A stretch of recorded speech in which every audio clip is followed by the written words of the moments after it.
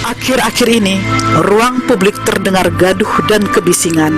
Hal tersebut dipicu oleh suara lantang wakil rakyat tentang rancangan undang-undang haluan ideologi Pancasila yang lebih dikenal dengan RUU HIP. Rancangan Undang-Undang Haluan Ideologi Pancasila atau RUU HIP dinilai oleh publik sebagai salah satu RUU kontroversial yang dibahas DPR di tengah pandemi virus corona. Kontroversial dilihat dari sudut proses pembahasan, pengesahannya, dan juga substansinya. Rancangan undang-undang ini baru saja diajukan ke Badan Legislatif akhir April lalu, tapi sudah menuai kontra di masyarakat. RUU HIP ini dinilai terlalu mengada-ada. Dalam pertimbangannya disebutkan undang-undang ini perlu sebab belum ada undang-undang dalam bentuk haluan ideologi Pancasila sebagai landasan hukum yang menjadi pedoman bagi kehidupan berbangsa dan bernegara. Jadi, apakah selama lebih dari 74 tahun merdeka, penyelenggara negara melaksanakan tugasnya tanpa landasan hukum ideologi Pancasila? Ada juga yang menilai bahwa tidak dicantumkannya TAP MPRS nomor 25-MPRS-1966 tentang pembubaran dan pelarangan Partai Komunis Indonesia dalam RUU HIP sebagai jalan bangkitnya kembali partai terlarang ini. Bagaimanakah sebenarnya RUU HIP ini? Forum Tanah Air akan menghadirkan sejarawan senior dan juga komentator politik Indonesia, Bathara Hutagalung. Anak keenam dari seorang letkol purnawirawan dan ibu yang masih keturunan Belanda ini sudah malang melintang dalam pentas nasional sejak Orde Lama, Orde Baru, era reformasi hingga saat ini. Hadir pula salah satu pakar hukum tata negara Indonesia yang pernah menjadi staf ahli presiden dan pernah menjabat sebagai komisaris utama di 2 BUMN, Refli Harun. Mantan wartawan dan aktivis ini tidak pernah sepi dari mengkritisi pemerintah sekalipun berada dalam lingkaran pemerintah. Selanjutnya, politisi Partai PKS yang dikenal tegas namun selalu tampil santun dengan senyumannya yang khas, Mardhani Alisera.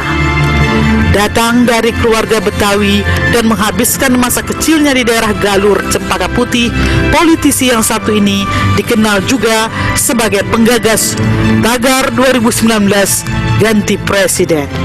Rocky Gerung, akademisi, pengamat politik, dan filosofer, salah satu pendiri Setara Institute, think tank di bidang demokrasi dan human right, selalu hadir dengan sentilan-sentilannya yang kontroversial.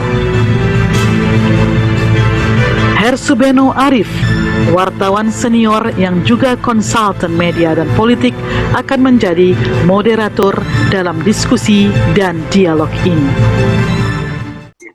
Terima kasih Mas Atta. Assalamualaikum warahmatullahi wabarakatuh.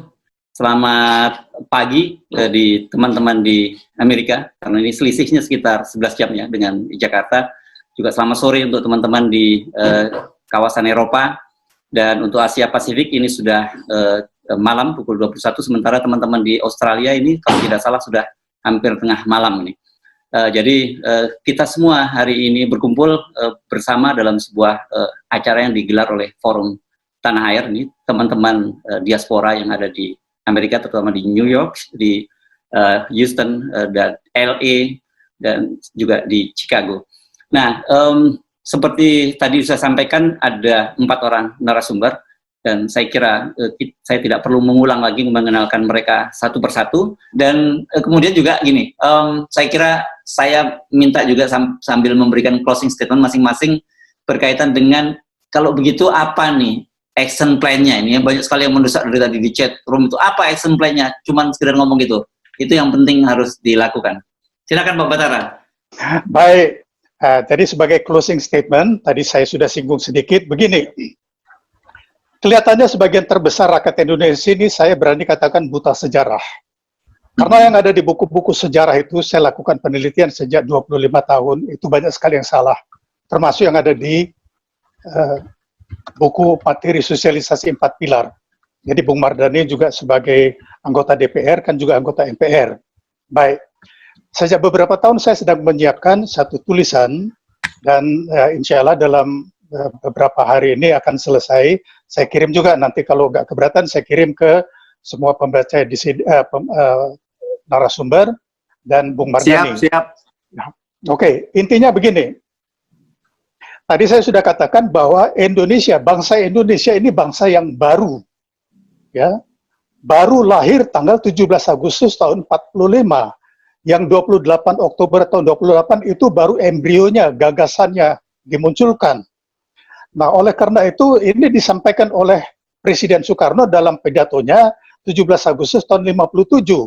Yang diperlukan sebagai bangsa baru adalah membangun bangsa dan jati diri bangsa yang dinamakan nation and character building. Jadi memang sesekali ada yang bicara mengenai nation and character building, tetapi secara keseluruhan ini tidak pernah disinggung.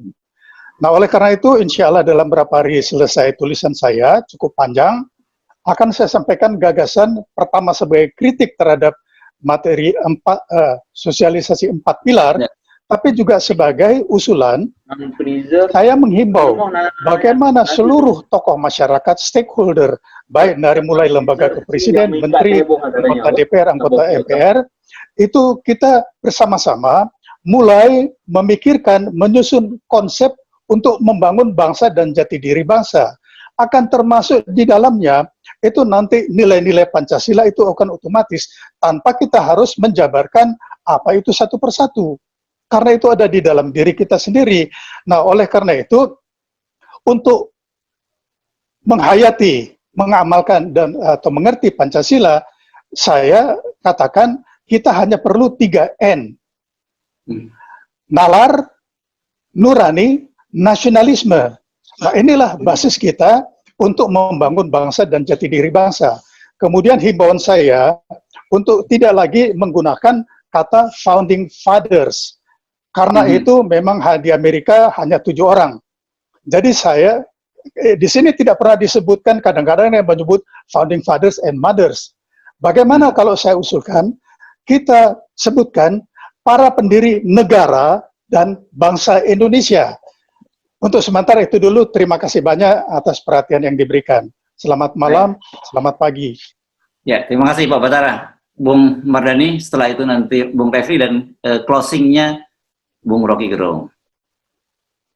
Terima kasih Mas Ersu, teman-teman sekalian, mobil khusus Forum Tanah Air, saya bahagia sekali. Dan izin kalau Pak Batara mengingatkan history repeated by itself, saya mengingatkan bahwa long walk to freedom-nya Nelson Mandela masih panjang mencintai negeri ini. Jangan emosi, saya setuju tadi, nalar, nuraninya setuju, nasionalisme setuju. Ayo teman-teman, jangan bosan mencintai negeri ini, jangan baper. Nggak kenapa, kirim surat semuanya ke Pak Jokowi. Kirim surat ke fraksi PDIP, kirim surat, semuanya sekarang ini connected dengan sosial media. Sampaikan masukannya. Ini sekarang nih, per hari ini Mas Hasto katanya sudah bilang, Eka Sila, Trisila mau ditarik, Tap MPRS masuk. Kalau partai politik, kalau berani untuk melawan keinginan publik, itu namanya bunuh diri gitu loh. Nah, karena itu, speak up, bicaralah gitu loh. Saya pernah ketemu dengan satu anak muda, kenapa dia ikut politik, dia bilang, get angry and get involved, ya. Marahlah, tapi terlibatlah.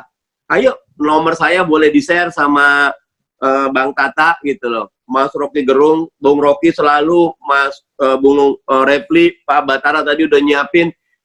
Kita harus cinta negeri, tapi tidak ada jalan mudah. Karena begini, ketika semua kita begini, tapi ketika pemilu dengan masyarakat yang masih di bawah 7.000 US dollar, teman-teman tahu 20.000 rupiah bisa berubah kok suara itu. Kami di PKS sudah sadar kok, bekerja, bikin macam-macam, tapi di akhir diserang 20.000 kok berubah. Ya, Bapak nggak ngasih duit sih gitu loh. Kita kan perlu duit gitu kan. Nah, sehingga buat saya, teman-teman, jangan bosan, jangan patah arang, jangan baper, terus cintai negeri ini, terus perhatikan, terus kasih masukan, dan terus perbaiki. Insya Allah, saya tetap yakin. Kalau everything rise and fall on leadership, semua naik turun karena kepemimpinan. Kalau saya sudah mulai mikir 2024, ayo kita siapkan diri buat 2024 sehingga dapat pemimpin yang baik. Begitu. Terima kasih. Apa tagline-nya apa 2004? Ganti presiden lagi atau? Oke. Bung Refli, kalau mengikuti alur berpikir Anda, ya, kalau mengikuti alur berpikir Anda tadi, persoalannya bukan sekedar memasukkan memasukkan TAP MPR atau kemudian menarik apa yang disampaikan oleh Bung Mardhani tadi. Jadi ini secara ini udah salah gitu, termasuk Pak Batara juga berpikir. Iya, saya katakan secara paradigmatik keliru. Jadi rancu ya, rancu kalau dalam bahasa Rocky Gerung kan dungu. dalam bahasa yang lebih ilmiah kan itu ada kesalahan paradigmatik ya, rancu. Nah, karena itu menurut saya tidak ada cara lain, kita harus tolak RUU haluan ideologi Pancasila ini. Kenapa? Saya khawatir kalau undang-undang ini terus berjalan, maka dia akan ada pemegang saham terbesarnya. Jadi seperti saham di korporasi atau BUMN misalnya, maka kelompok politik tertentu akan menikmati saham terbesar dan bisa jadi alat gebuk yang baru untuk mengatakan bahwa hanya pikiran mereka yang betul, pikiran orang lain keliru. Padahal konstitusi kita jelas mengatakan kemerdekaan pikiran dan hati nurani itu adalah hak azazi manusia yang tidak bisa dibatasi dalam keadaan apapun. Orang sering lupa, kalau kita mau ekstrim tapi kita susah bicara di ruang publik, kita berpikir apa saja nggak apa-apa kok, ya kan? Bahkan sampai hal paling substantif, berpikir tidak percaya Tuhan, misalnya berpikir kita harus ada khilafah, ada HTI, ada PKI misalnya begitu. Tapi kan tahu kalau pembicaraan ini masuk ke ruang publik, maka kelesetannya kan tinggi sekali. Padahal berpikir sekeras-kerasnya, itu nggak ada masalah menurut konstitusi kita, karena itu adalah hak asasi manusia yang tidak bisa dibatasi. Yang masalah adalah kalau Anda tidak hanya berpikir saja, tapi Anda bertindak, dan tindakan itu kemudian melanggar hukum. Jadi, kenapa misalnya PKI itu dilarang, komunisme itu dilarang? Karena ada hukum yang melarangnya, ya kan? Karena ada hukum yang melarangnya. Nah sekarang, kenapa HTI terlarang? Karena ada hukum yang melarangnya. Kalau tidak ada hukum yang melarangnya, dia jadi sah. Dan jangan-jangan dia menjadi tafsir Pancasila yang baru, seperti yang pernah dikatakan Bung Karno dengan nasakomnya, kan begitu. Karena itu menurut saya memang, kalau kita mau melihat rancangan undang-undang haluan ideologi Pancasila ini, nanti kita akan repot pada perdebatan-perdebatan yang tidak produktif, menurut saya. Dan masyarakat bingung, masyarakat tidak paham, ini kita ini mendebatkan apa, padahal yang namanya undang-undang itu, kalau kita bicara disiplin hukum, undang-undang itu tidak boleh dibuat dengan multitafsir. Jadi bahasa hukum itu ada bahasa yang harus precise, tidak boleh memunculkan misalnya dui arti, ambivalen misalnya. Jadi kalau misalnya ada istilah katakanlah ideologi, harus jelas apa itu ideologi. Kalau ada istilah haluan, harus jelas apa itu haluan. Falsafah harus jelas. Kalau itu masih juga kita perdebatkan, dan kemudian di antara pembentuknya saja dia nggak jelas definisinya apa, dan kemudian banyak silang sengketa di antara logika berpikirnya, maka itu bukan sebuah produk hukum yang baik. Jadi menurut saya, daripada banyakkan mudaratnya, ini PKS banget nih perspektifnya ya kan. Nah, lebih baik undang-undang ini tidak usah dibahas lebih lanjut. Carilah undang-undang yang jauh lebih konkret dan menjawab permasalahan bangsa ini. Itu yang lebih penting ketimbang kita membuat undang-undang yang abstrak, tetapi hanya akan memunculkan perdebatan-perdebatan yang tidak produktif, tetapi potensial digunakan untuk menggebuk lawan politik yang tidak setuju dengan model klaim dan lain sebagainya. Anda Pancasila, saya Pancasila, ya kan? Saya Indonesia, saya Pancasila, saya Refli Harun, saya Pancasila dan lain sebagainya. Saya kira itu saja teman-teman semua, bapak-bapak, ibu-ibu sekalian. Konkret ini, rekomendasinya konkret. Jadi batalkan, tidak usah dilanjutkan karena kontraproduktif dan kalau dilanjutkan berbahaya, gitu ya. Sekarang Bung Rocky, silakan. Oke, saya juga ada di dalam pikiran yang sama. Karena saya anggap Pancasila itu bukan ideologi. Pancasila itu kumpulan ide. Dalam demokrasi, ide itu harus dibiarkan tumbuh. Nah, sekali ide itu diresmikan melalui undang-undang, dia menjadi alat politik. Itu soalnya. Nah, kita lihat misalnya di dunia, dulu kita tahu yang namanya partai buruh, itu metode perjuangannya adalah class struggle, perjuangan kelas. Partai buruh Inggris itu dia rubah anggaran dasarnya, menghilangkan istilah perjuangan kelas, karena udah nggak sesuai dengan zaman. Kenapa? Karena untuk memperjuangkan buruh itu orang bertengkar di parlemen, bukan lagi dengan berkelahi di jalan. Jadi berpindah diskursus itu, diubah. Demikian juga Marxisme dulu itu bukan ideologi, itu adalah alam pikiran filosofi. Tapi kemudian oleh Lenin di Uni Soviet dijadikan ideologi negara. Lenin menjadikan Marxisme state ideologi dengan mengubah Marxisme menjadi Leninisme. Penggantinya Stalin melakukan deleninisasi, dihapus lagi pengertian Lenin tentang Marxisme. Yang berlaku adalah Stalinisme. Begitu terus menerus perubahannya tuh. Jadi ideologi yang diresmikan itu justru menutup kemampuan kita untuk berpikir imajinatif. Itu duduk perkaranya tuh. Nah, karena itu kita harus teguh mengatakan di dalam demokrasi presiden itu berdiri di antara rakyat yang berbeda. Jadi jangan rakyat disamakan dalam satu kotak yang namanya Pancasila. Kalau ada rakyat berpikir untuk Islam adalah ideologi saya, oke, itu pikiran dia, pikiran partai. Ada yang Kristen adalah ideologi saya. Kalau saya misalnya, saya bilang, ideologi saya sebagai pribadi adalah environmentalism. Lalu saya tagih, di mana Pancasila menjamin bahwa ideologi saya environmentalism? Orang akan bilang, Soekarno nggak pernah bicara tentang environmentalism. Iya, karena ide tentang lingkungan pada waktu zaman Soekarno belum masuk dalam percakapan dunia. Tapi kalau Anda bilang sekarang itu bahwa environmentalisme itu bukan ideologi, ya milenial semua akan marah pada Anda. Karena semua orang sekarang ingin memprotek lingkungan. Bahkan ingin memasukkan pohon sebagai warga negara itu. Itu udah ada dalam pikiran pembicaraan tentang konsep ide itu. Jadi itu soalnya tuh. Sehingga satu waktu kalau saya bilang, saya seorang environmentalist, saya mau menuntut hak pohon untuk jadi warga negara. Lalu pemerintah bilang, menurut Undang-Undang Haluan Ideologi Negara, pohon bukan warga negara. Karena itu pikiran Rocky Gerung sebagai narasumber adalah salah. Karena itu dia mesti ditangkap karena menghina ideologi Pancasila. Maka saya berubah jadi dari narasumber jadi narapidana itu.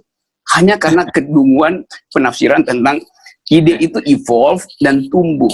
Jadi sekali lagi, menganut demokrasi artinya membiarkan pikiran tumbuh berbeda. Jangan diofisialkan melalui undang-undang yang judulnya kacau. Haluan ideologi. Ideologi itu adalah haluan itu. Nah, karena itu saya ingin agar supaya Pancasila biarkan dia tumbuh sebagai diskurs kebudayaan. Jadikan dia sebagai ide, bukan ideologi. Ide penuntun, bukan ide pengatur. Saya kira itu poinnya, dan saya senang karena kita bisa bicara bebas di sini dengan fasilitas Forum Tanah Air. Dan mudah-mudahan Forum Tanah Air bisa berubah menjadi Partai Forum Tanah Air. Ideologinya environmentalist. Oke, karena tanah dan air gitu ya.